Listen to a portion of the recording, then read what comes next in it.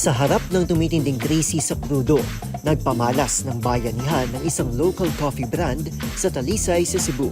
Ang dalawang sister companies naghatid ginhawa sa mga umaaray na motorista sa tulong ng libreng refill sa isang gas station sa kahabaan ng Cebu South Coastal Road sa poblasyon. At ang siste, hindi lang basta refill, kundi full tank pa. Sa post ng flagship coffee shop, nakasaad na ginawa raw nilang hakbang upang pagaanin ang buhay ng mga individual na umaasa sa araw-araw na pagbiyahe upang may pangtustos sa kanilang pamilya. Sa ganitong paraan man lang daw ay makapagbigay sila pabalik sa mga tinawag nilang hard workers sa kalsada. At bilang pandagdag good vibes, may pabonus pa silang malamig na kape at lemon juice para sa mga nakasali na drivers.